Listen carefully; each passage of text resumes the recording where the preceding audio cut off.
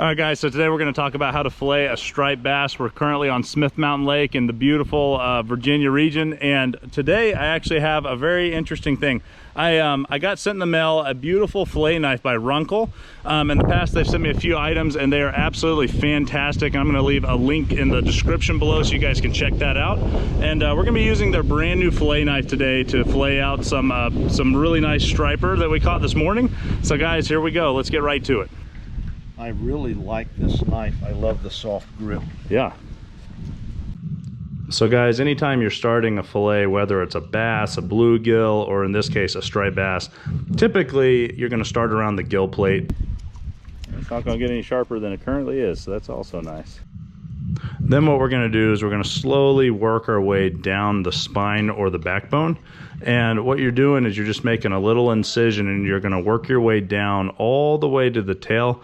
Some people like to punch through at the end of that last fin, and in a second here I'm going to show you how to do that. But for this first example, what we're going to do is watch Bob as he slowly slices his way down the fish. So we've started at the spine, and now what he's doing is he's just slowly carving downward, and he's separating the meat from the bone right now.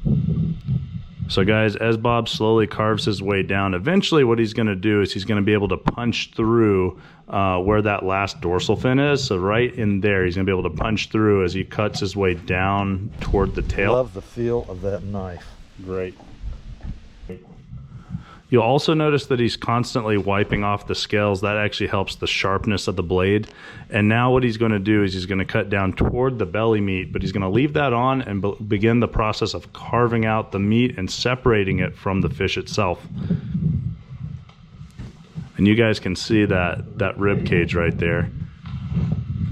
And now Bob's simply just going to punch through and remove the rest of the fillet, and now you've got one beautiful fillet. The next step is to lay that fillet flat, start a cut on one end where you can hold on to the fish's skin, and then slowly start to saw your way down so that you can separate out the meat from the skin itself. Nice. And just cut the red out. Yeah. And it'll make for a great flavorful fish. Now, how do you normally remove your red meat? You just carve it off the top? Yep. I just come right down and slice it out. Okay. So guys, let's do a review real quick as he works on the other side. Again, we've started by cutting around the gill plate. Now he's working his way down the spine yet again, and he's going to keep cutting all the way down, doing nice cuts. Each time he works his way down, he's going to remove a lot of those scales, because again, those scales are going to affect the cut. And now he's going to start sliding his blade directly down until he hits the rib cage. And once he hits that rib cage, he's going to stop and begin the process of gliding around the rib cage till he gets down to the belly meat. Incredible. And you guys can see how sharp this knife is. It's able to cut very effectively. As he gets further down toward the back side of the fish, eventually he can also punch his way through, which is what he's going to do in just a second. And look at the way he's able to roll that fish over. Now, I like how you roll your meat and then cut it before it gets down to the belly. Yep. That's one thing I haven't done, but I like how you did that. All of them in here. They've got some big flatheads in here. Mm-hmm. Yeah, you'd mentioned that flathead you caught, so I know there's got to be some good ones. Yeah, I was striper fishing one night.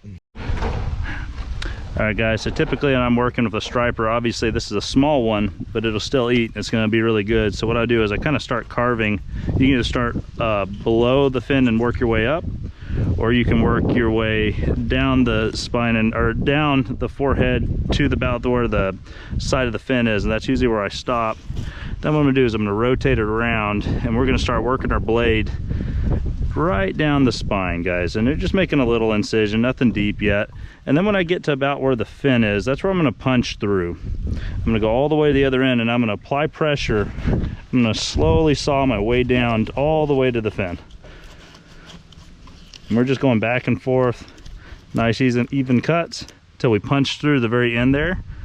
And now what I'm going to do is I'm going to rotate this fish slightly, and I'm going to start carving straight down until I hit that rib cage. And you'll feel the rib cage, and what you want to do is you don't want to punch through that rib cage. You want to start to lightly saw around the rib cage. And what we're doing right now is we're just separating it from the bone, and it's going to slowly just glide down. There it goes. And what we're going to do is we're just going to start to saw. Some people like the belly meat, but typically I cut that out. So I'm going to just cut that out right there. And now we have one beautiful fillet. And the last thing I'm going to do is I'm going to lay it flat. I'm going to put my finger, maybe a couple fingers down to apply pressure to the very end of the tail. And I'm going to slowly saw and separate the skin from the meat. And there you go. There you guys have it right there. One beautiful fillet of a striper right there. All right, guys, I hope you found the filleting tutorial helpful. Runkle did send me this fillet knife, and it is absolutely awesome. Bob and I both agree that this really squishy rubbery grip on there is a huge help. The knife itself super sharp. So guys, I've left a link down below so you guys can go check it out, buy one yourself. If you guys are interested in how Bob and I caught those beautiful striped bass we just filleted, check out the link above right here. Or if you would prefer to see something from East Tennessee, I've got a really exciting Boone Lake striper adventure right here. Till next time, tight lines.